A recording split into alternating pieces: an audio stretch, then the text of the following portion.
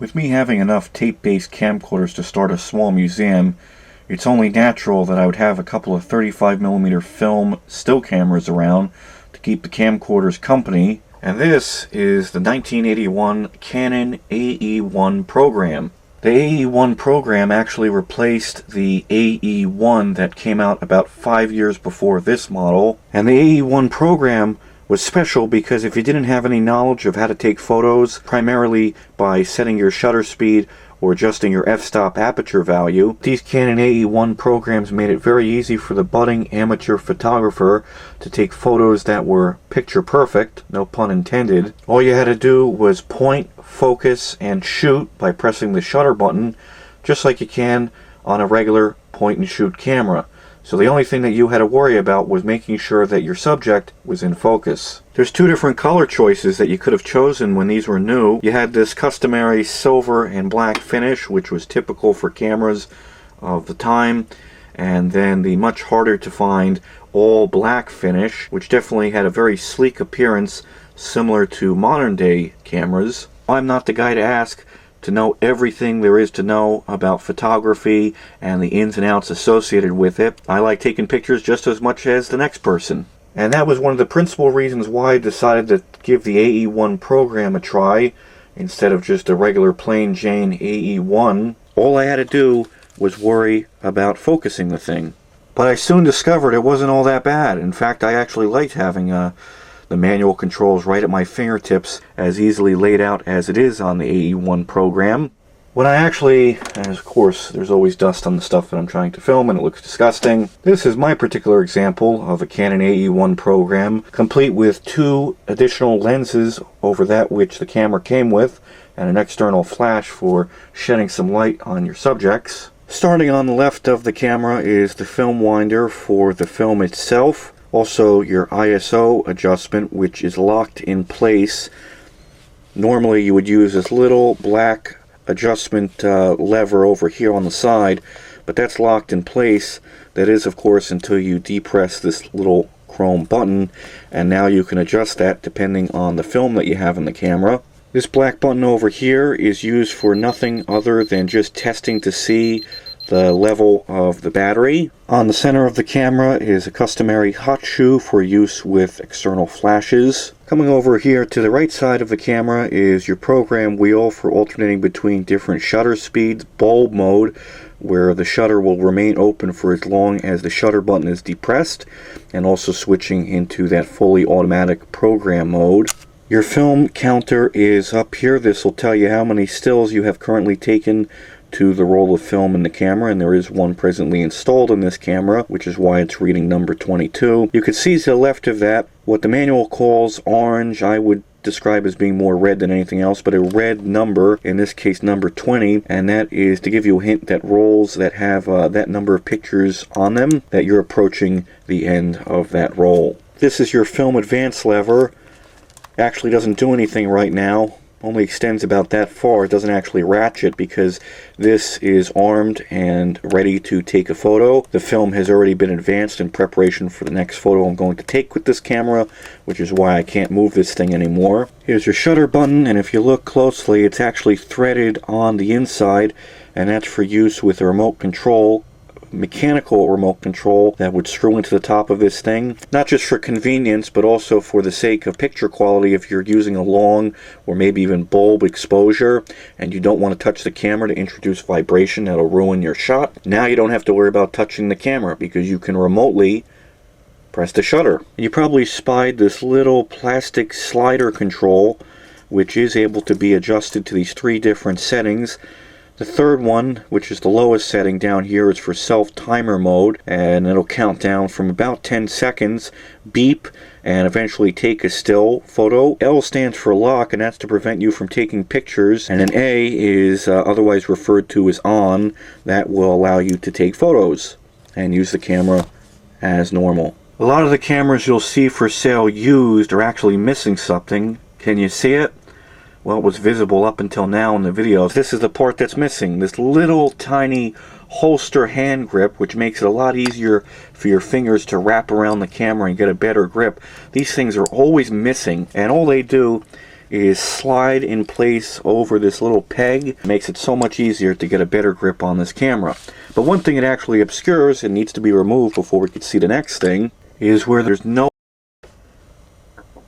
dirty video head. Is this actually going to play back fine? If you have one of these cameras and you're wondering where the batteries go, by removing that hand grip, we gain access to this little door that has a 4LR44 6-volt battery. So if you have an AE1 program and it's not doing anything on screen, it's not helping you out with the shutter speed or aperture settings, you need to change this battery. It draws very little current, so they last a very long time. A little holder for what is supposed to be the tag ripped off of your box of film, so you remember what speed film you actually have, so you can set the ISO correctly. Otherwise the camera's shutter speed and aperture settings will not be adequate enough for the kind of film you have, and you will end up with either chronically underexposed or overexposed film. The only thing I've actually been wanting for this camera for quite some time is a little rubber eye cup that's supposed to go around this thing. I think it was an optional accessory, and that's why not all of these have them. That or people just take them off and, I don't know, lose them. It slides over here and provides a nice cushion grip right up to your eye, seals in all the external light, and allows you to see the viewfinder that much better.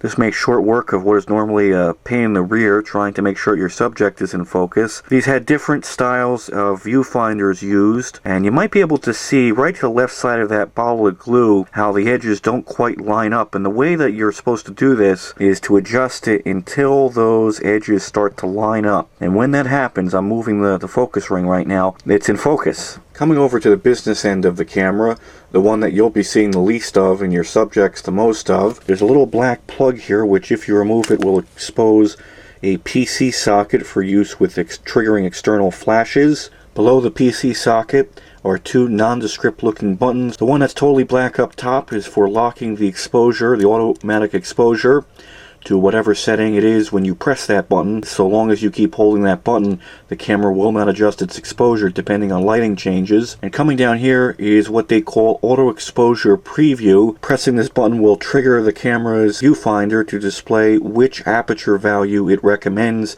for the given lighting conditions. What many people would probably think is for removing the lens or something like that is not that at all.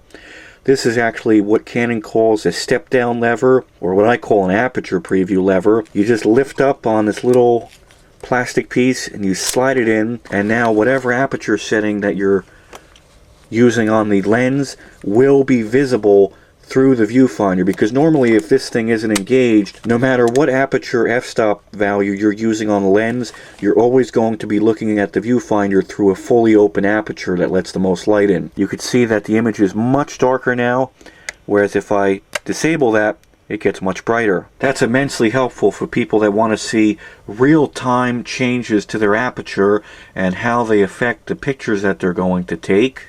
And here we come to what is arguably the most important part of any still camera, old and new. That's the lens. This is the Canon FD series 28mm stock kit lens that these came with. You may have noticed a green A to indicate automatic aperture mode. So if you're shooting in automatic program mode, you need to set the lens's aperture to automatic, and that's done by depressing this black button here and sliding the aperture ring until it clicks into place in line with this red dot. And that red dot's familiar because there's also a red dot on the lens, and that is to aid you in installing the lens correctly without too much of a fuss, because removal of a lens is done by pressing in this silver button and screwing the lens off in a counterclockwise direction if you're looking at the front of the camera. And you can see that that red dot falls in line with the red dot right below the Canon logo. So if you have one of these lenses that you're going to put on the camera, that'll assist you in lining it up and twist it in place until it clicks. There's also another very small red dot on the aperture scale. To my knowledge, that is used for adjusting the focus if you're using an infrared filter of some kind, and that's because the plane of the image is slightly more distant than the one that's produced by visible light, and you need to compensate for that shift in focus, and that will allow you to focus the image through the viewfinder and then turn the focusing ring to the left until that red dot lines up with the pre-focus distance. And a good demonstration of that in practice is, let's say you have an infrared filter on this lens for infrared photography and you have the lens set to infinity focus. What you need to do now is adjust the lens so that way the infinity symbol is now in line with that minuscule red dot, and you will have it set to infinity focus correctly for use with an infrared filter. You might have also noticed that this does have a lens filter attached to it. This is a Sakar brand 52mm UV filter, which will cut down on some haze taking photos outside, but these are primarily intended, at least in my case, for protecting the lens itself. Better to have a removable $5 filter get scratched or even broken than the lens itself. One unfortunate issue that occurred with my Canon AE1 program during use, not misuse, I always was very careful with this thing, is the screws that hold this back or bottom plate in place actually fell out. In fact, I could lift up on this cover and remove it almost entirely if it weren't for that single screw right here. This button over here will disengage the film and allow it to be rewound. You lift up this little tab on the film crank and start winding the film back into the canister, and then eventually, once the film was fully rewound, you'd pull all the way up on this crank. The whole thing will pop up if you grab it, and that will release this door, allowing you to remove the film from the camera and reload it with a fresh roll. I can't demonstrate that on camera because I have a roll in here right now, and I don't want those pictures to be exposed to light and thus ruined. If having to manually advance your film and wind it by hand sounds like a bit of a chore to you, there were optional accessories sold for the AE1 and the AE1 program called a power winder, which would offer you the ability to have the camera wind the film for you, and it would mount up to this little gear in here, and that's what would wind the film. So that's just about going to do it for the overview of the Canon AE1 program and its exterior. But what about the accessories I have for it? I have not one but two Canon FD lenses. The first is this Canon zoom lens with a focal range of 35 to 105mm. This is an FD lens, so it's compatible with the camera. Very nice, rugged feeling, heavy lens. Actually adds quite a bit of weight to the camera, which may not be the best thing for long-term shooting, but feels very well built. The second lens is actually manufactured by Tamron, and it is compatible with the camera, a Canon FD system. It actually has this innovative lens hood that just extends out past the actual lens itself. So this is what you would call a zoom lens with a focal range of 85 to 210 millimeters. And this thing is pretty chunky, pretty hefty, made in Japan.